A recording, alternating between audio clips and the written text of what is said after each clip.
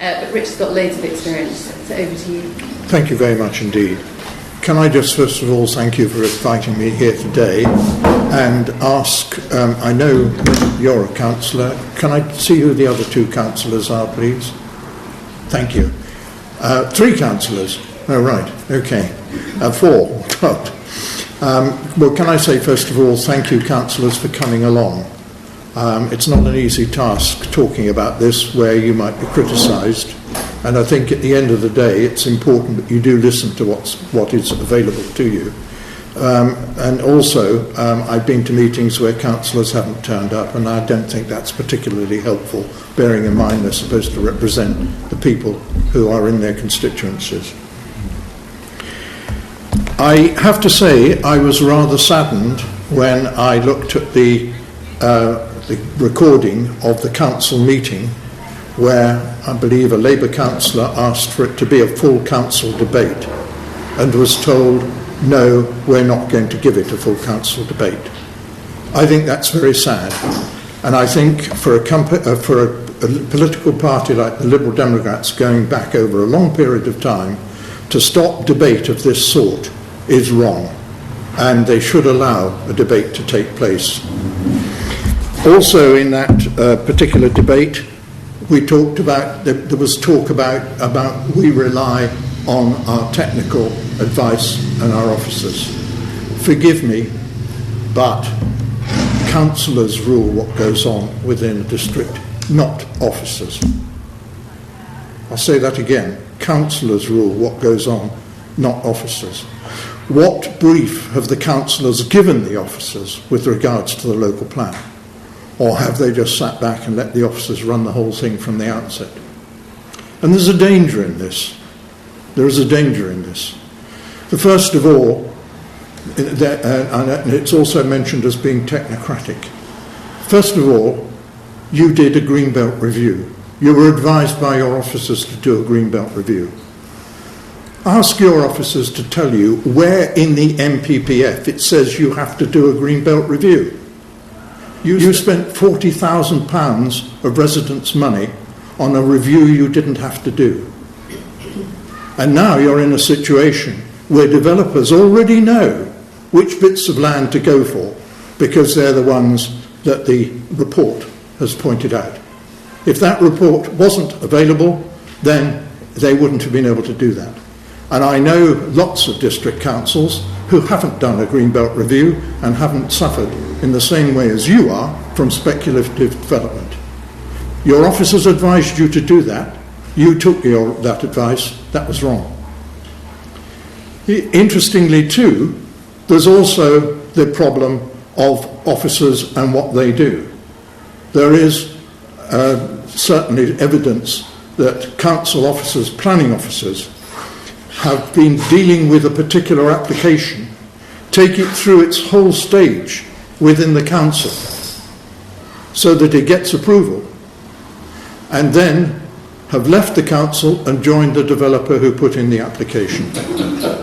That is absolutely disgraceful, and it's up to councillors to take upon themselves the powers to stop that happening, to issue an edict that any planning officer who leaves their employ is not allowed to work for a developer or any firm of consultants in development for at least 3 years.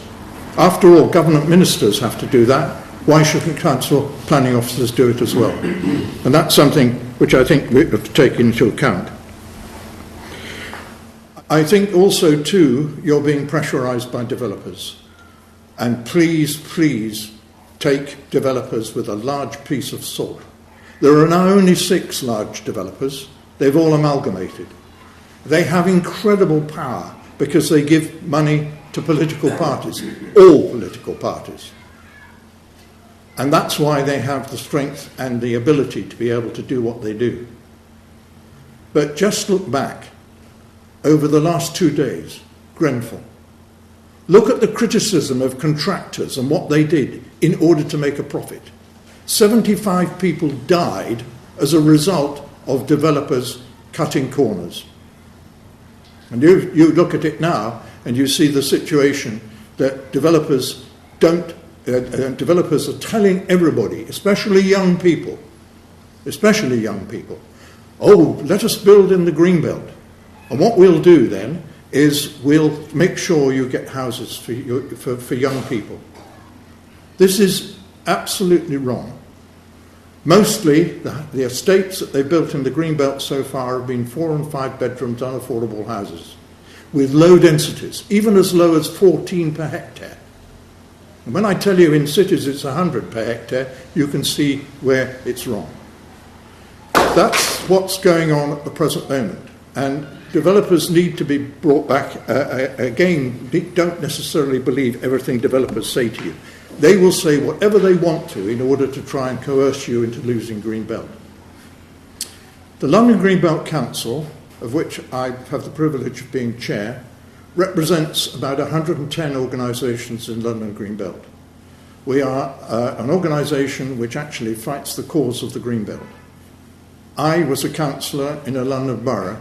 My ward was 15 square miles of Greenbelt, so you can understand how I got involved in it in the first place. And I think it's important that that experience is there. I now want to deal with, with the brownfield situation in St Albans, because I did some research before I came here. And the brownfield, there's 305 hectares of brownfield in this district. That's in your brownfield register, which is available to any of you to have a look at. But the council is supposed to keep that register up to date. It was last updated in 2021. Why hasn't it been updated since then? Because the one thing about brownfield land, it's almost continuously becoming available. If you take 30.5 hectares of land, I beg your pardon, 30.5, I can't read my own writing here.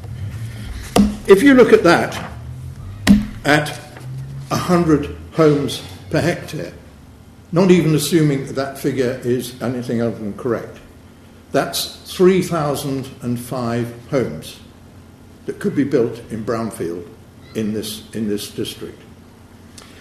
The chances are, because they're built in an urban area, they will be high density, probably 100 homes per hectare at least, but possibly even 150 homes per hectare. And for those of you who think that means tower blocks everywhere, that's not the case.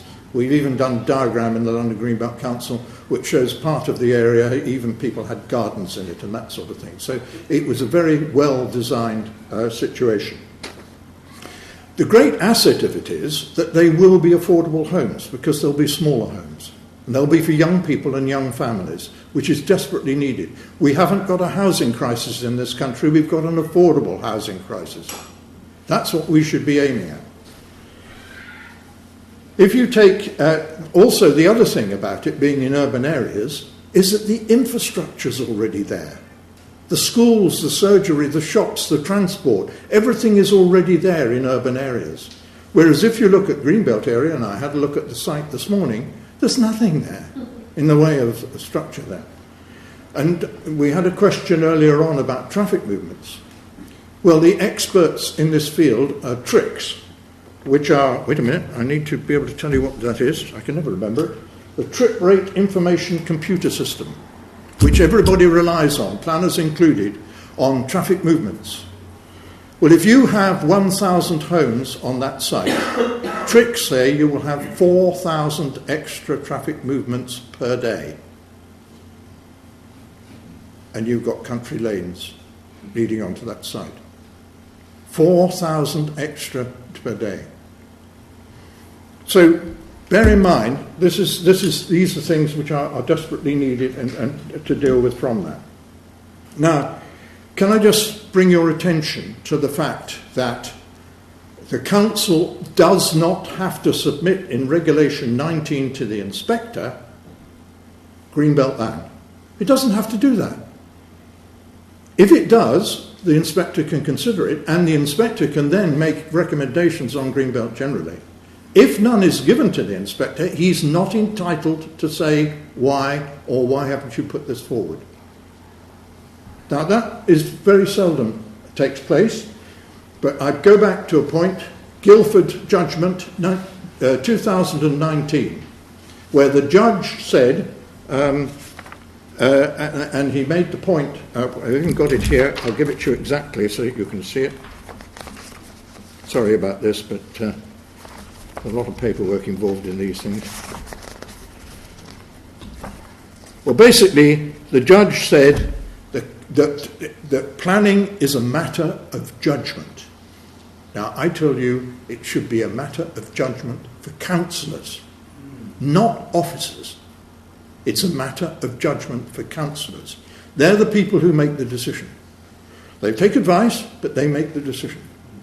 He also said that it is not the role of the inspector to question the council's decision on the basis of he wants them to review the amount of development that takes place.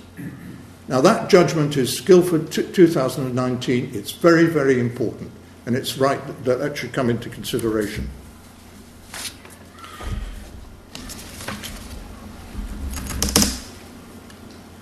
I think the other things really, the most important thing was the brownfield land, Greenbelt review, the fact that that is now a weight round your neck, I'm afraid, as a district, because it's already in the public domain. But the point is that what the officers will say, it's lucky we did that because it's being said in the consultation that councils will have to do a Greenbelt review. No, it isn't, because they won't ask for the same factors. They'll ask for what you think is Greybelt. And they'll make you do another review, and another £40,000 will go on another review, because the one you've got is not what the government is looking for. Now let's look at these NPPF consultation and the way it's going, because this is important. First of all, remember it's a consultation. It isn't here yet. So if you like, hurrying your local plan is not necessarily going to help, because at the end of the day, you won't know what the final decisions are as a result of this consultation. This consultation takes place until the 24th of December, and the government has said they will report back on it in December. Last NPPF consultation, there were 10,000 submissions. As a result, the report on what was taking place was delayed by 3 to 4 months. I don't think there's a hope that there will be a final report in December. It'll be months afterwards. So you'll have longer to consider your local plan. You can't count on it, but it's there, and that could take place. Equally, if you come out with your local plan with less figures than the ones that are going to be in the standard method, according to the standard method is the way they calculate the figures, if you do that, and you're 200 homes under the figure you've got to do, you've got to immediately start another plan. That's in the MPPF. Let me just quote that so there's no argument. After a paragraph applies, local plans that reach adoption with annual housing requirement that is more than 200 dwellings lower than the relevant published local housing need figure will be expected to commence plan making on the new plan making system at the earliest opportunity to address the shortfall in housing need. So I'm not sure what how that's going to be achieved.